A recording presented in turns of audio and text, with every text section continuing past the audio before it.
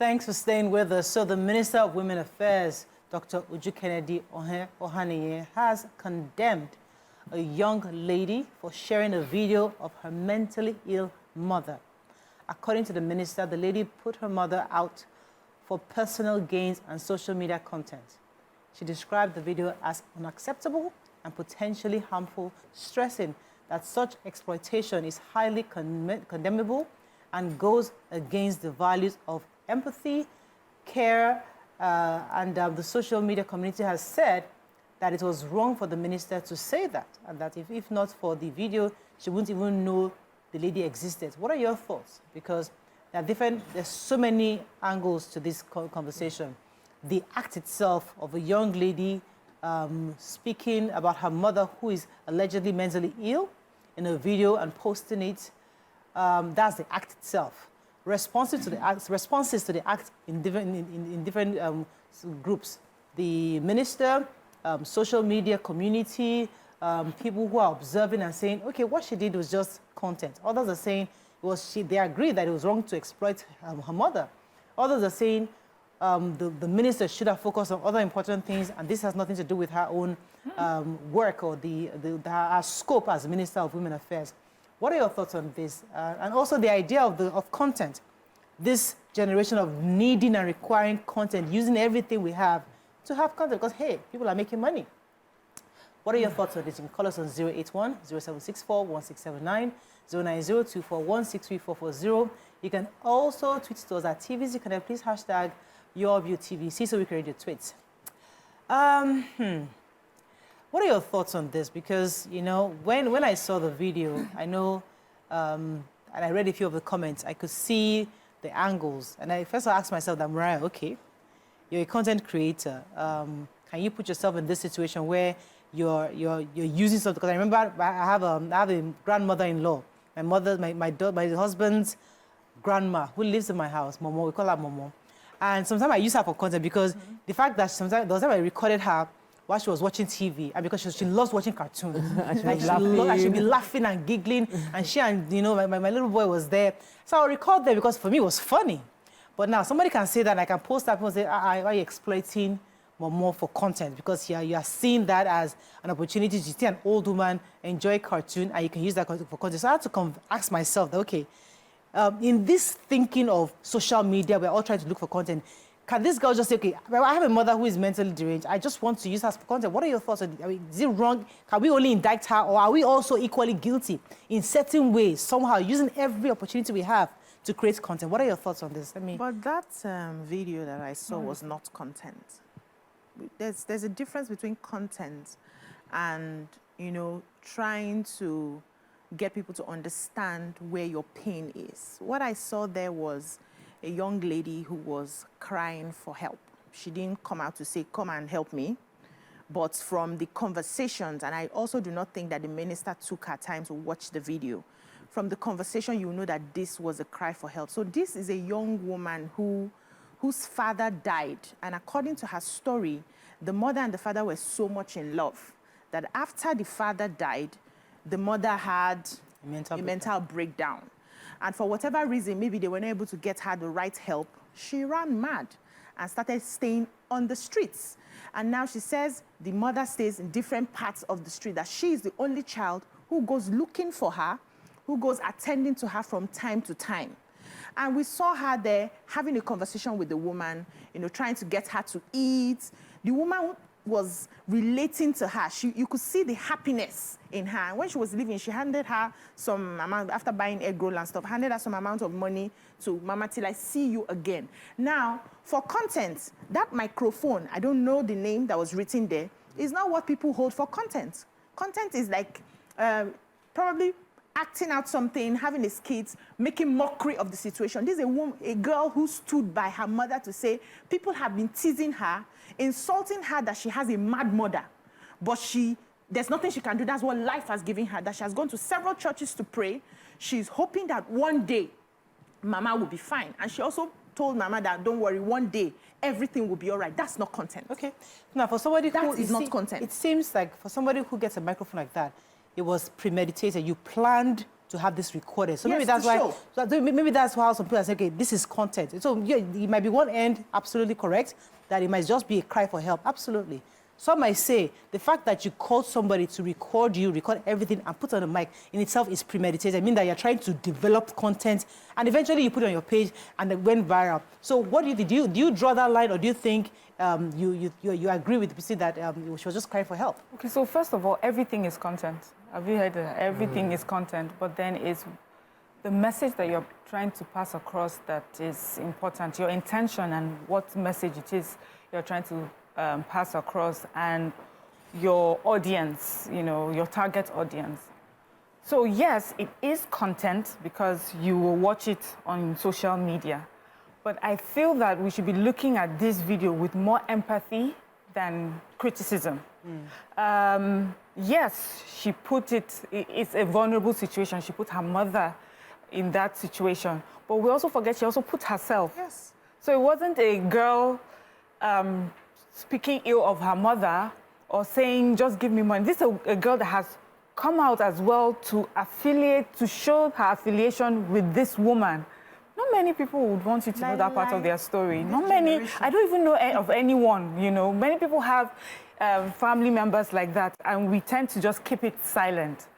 And I also know that as a community, as Nigerians, what we see now is that a lot of people realize that, you know, my immediate family or my immediate community is unable to give me the help that I need. You have some people who would advise you, go on social media.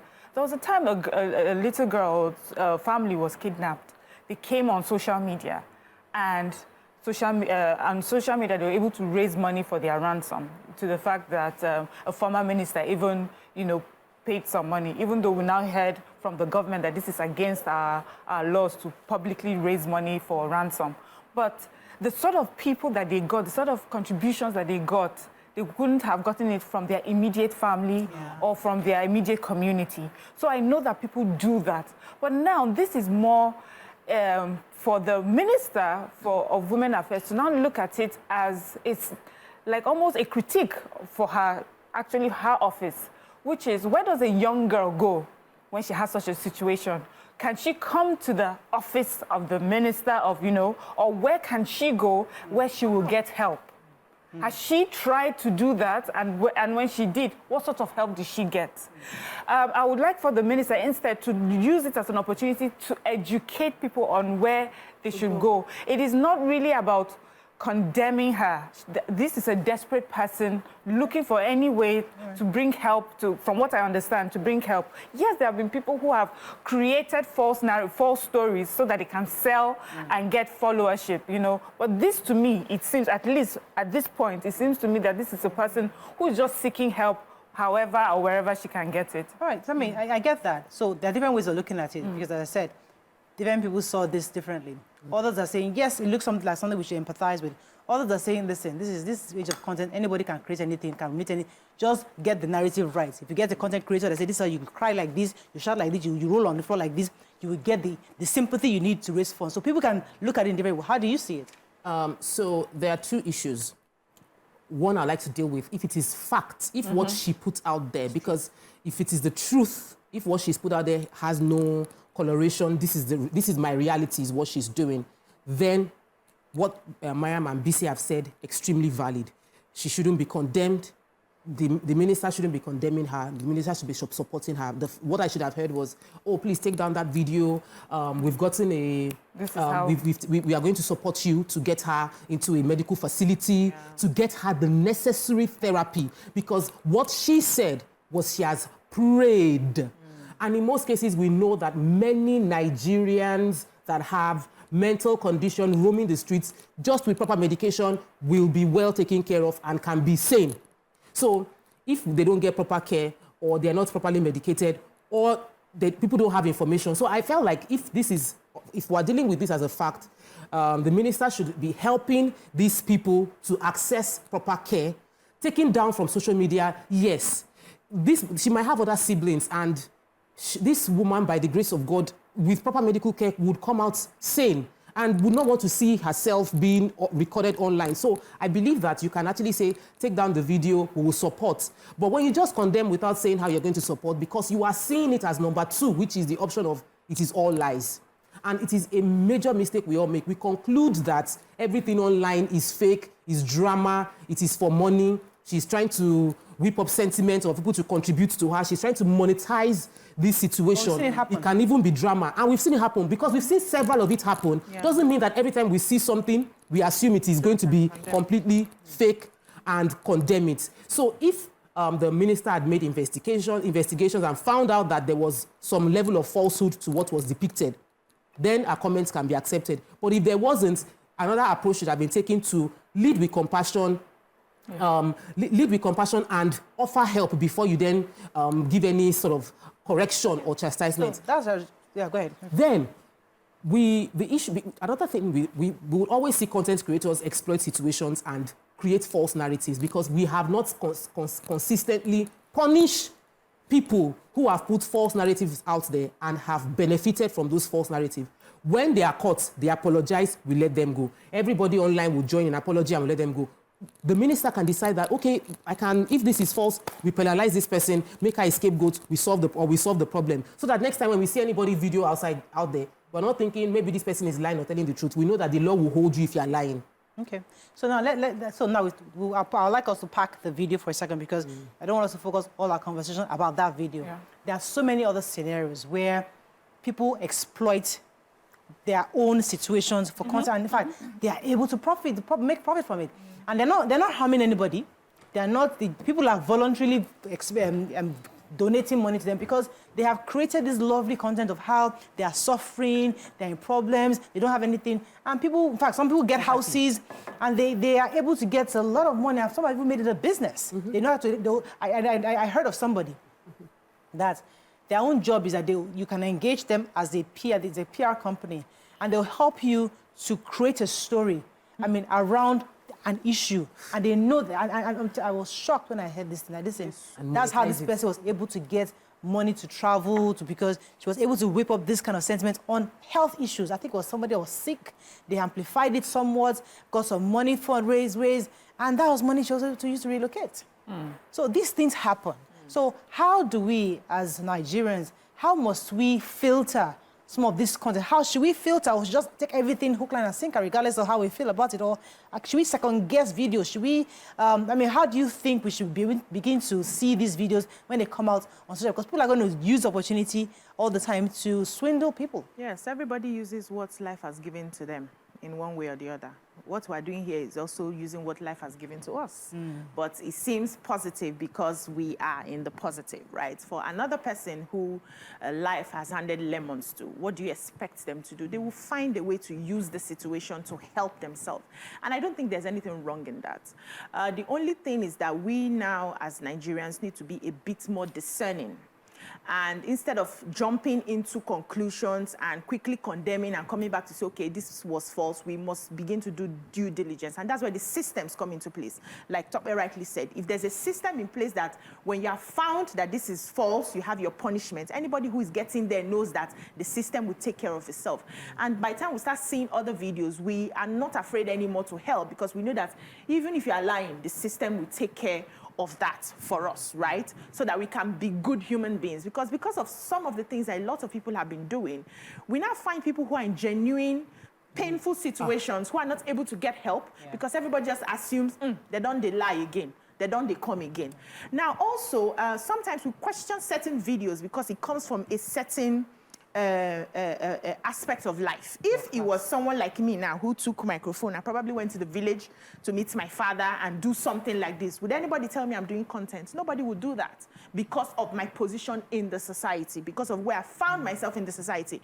But when it comes from someone who will feel she has a lot to gain than what she has to lose, we remove the crux of what the person is trying to portray and we condemn everything. So the systems need to be in place. That's one of the ways that we can help us. We also need to become better human beings. So it's not just by jumping in to help. I know a lot of people who want to do a form of charity and they keep doing charity one way or the other. There are questions we need to ask. What is the need here? We do not have enough mental homes for people. We do not have enough welfare. There's no kitchen. There's no place somebody can walk in. I've not eaten for 5 days and walk in and get, soup or swallow or something to eat, We keep, using money in wrong ways that instead of coming together to ask ourselves, what does the society need? We can pull funds together and say, okay, this whole Magodo, we decided that we are going to be feeding people on the streets, and anybody who wants to do charity, please bring what you can. Those are some of the systems that we as human beings can help. So it makes it more general for people to have access to. You can walk into, I know that when you go to these, what do they call them? These mental homes, it is very expensive, aside from the general one, yeah, but I don't know how much they charge. The general one still complain that patients are abandoned. Yes, they cannot buy the medications. Those are some of the ways that we can channel our resources to for those of us that want to do a form of good. Okay. So I hear you, Mariah. While you were away, so you did not know, a couple had an altercation at the airport. And where the woman tore up his passport, allegedly. Is this still allegedly, or did they confirm? What we heard was immediately, when we went to watch on social media, we now noticed that they were now putting their social media handles. Watch this on this. So we were like, oh, was this just content? Then we now realized it was a content-making family. Yes. You have been away for long. You don't know what has been happening.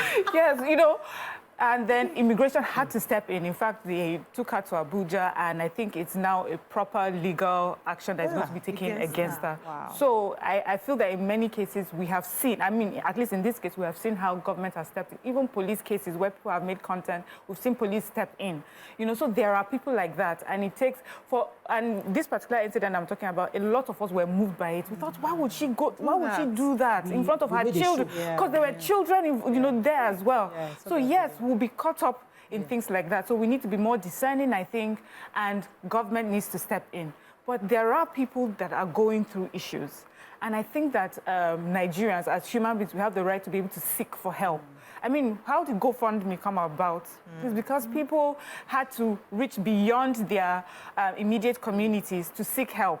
And sometimes, apps like this, social media and apps like GoFundMe, is able to just connect, help to those who need it. Now, I want to ask you a question. Yeah. Because I was thinking in my head, what do you make of how government seems to be very reactionary on things on social media? Like, I understand the need of jumping in a trend or being part of the conversation, because what we've always craved for government to be on the streets of social media. Yeah.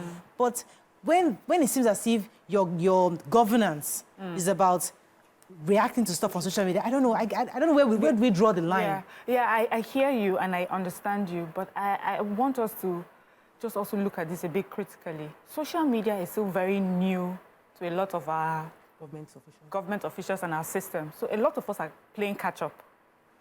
We're playing catch-up with this new world. It's not just in Nigeria, worldwide. Remember when, what's his name? The Facebook. Yes, went for interview. The questions were hilarious. Yeah, very. Because, they're leaders. They have now met Facebook and now realizing, oh, Facebook can be used for this. They were asking questions that, they're like, know. Yes.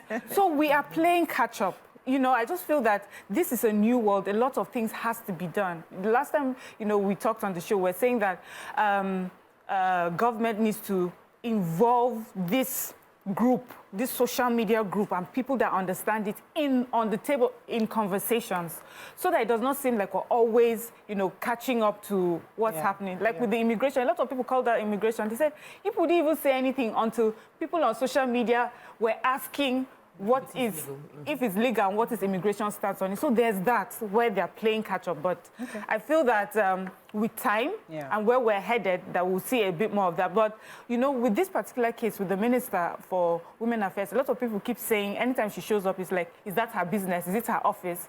It is her office, actually, to sort of be involved in things like that. But for her, it's more of a critique, because what does her office provide for people in these vulnerable situations.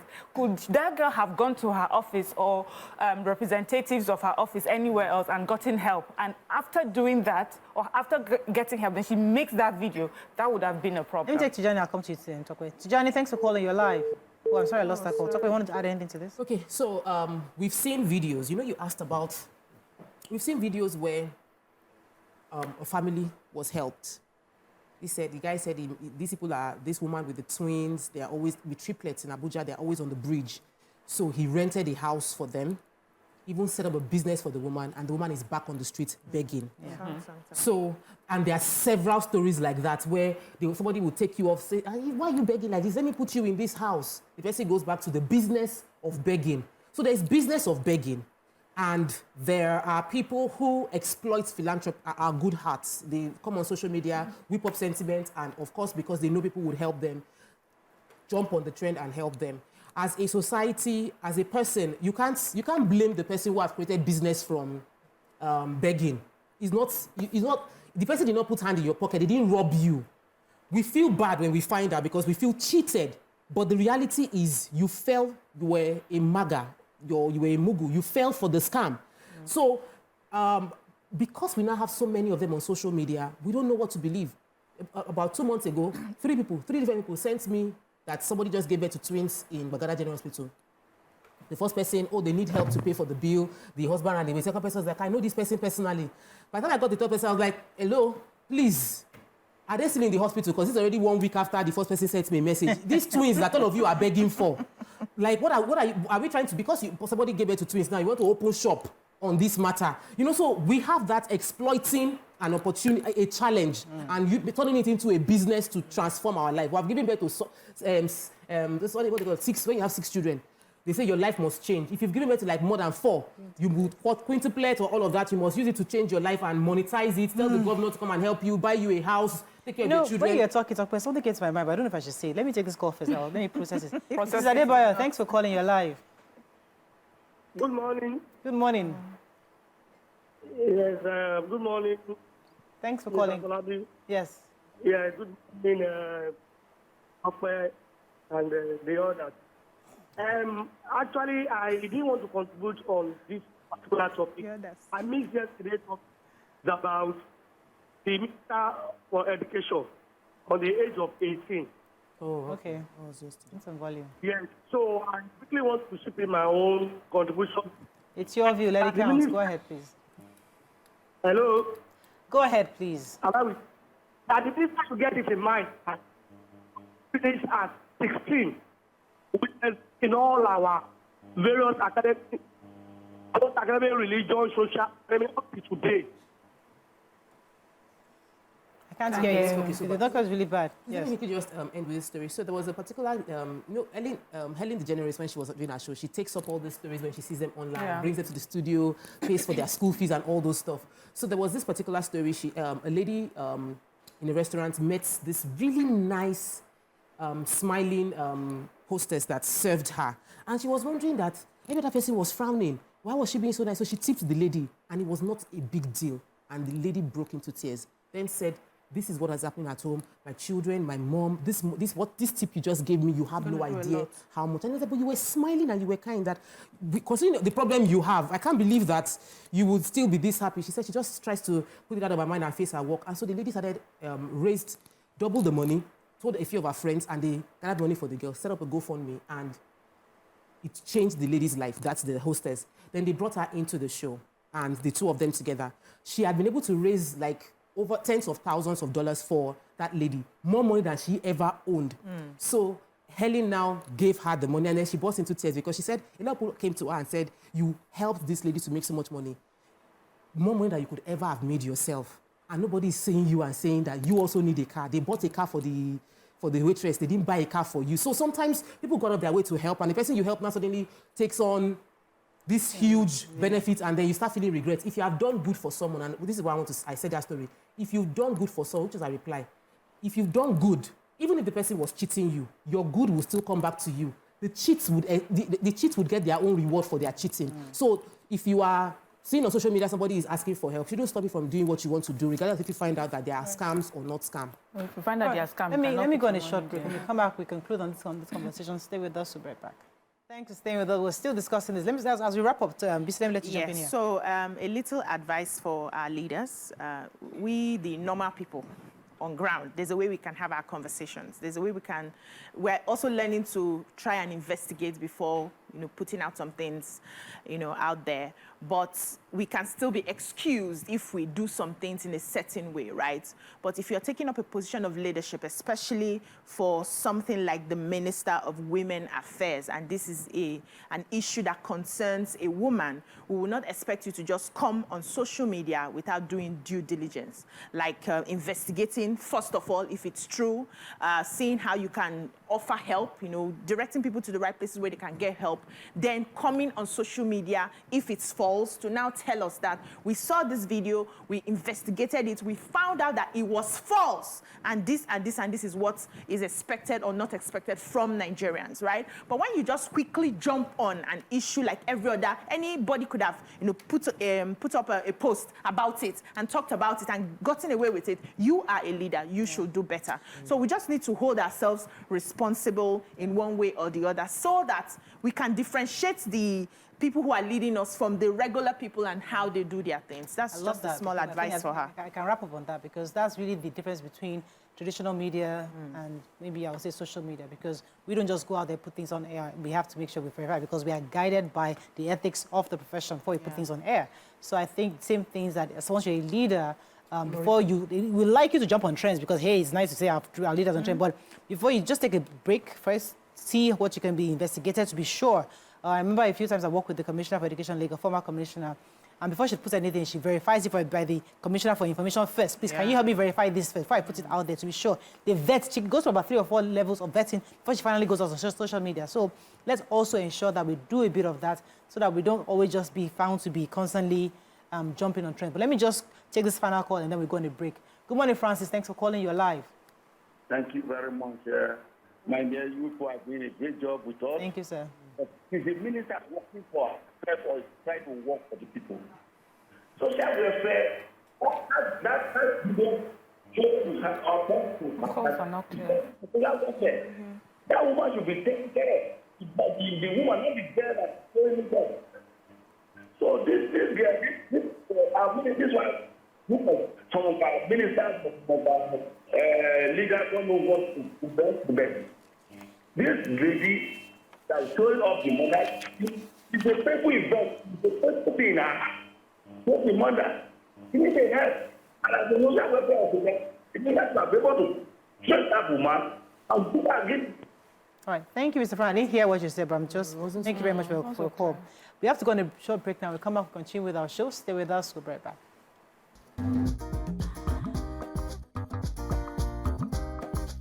Stay tuned. Your View will be right back.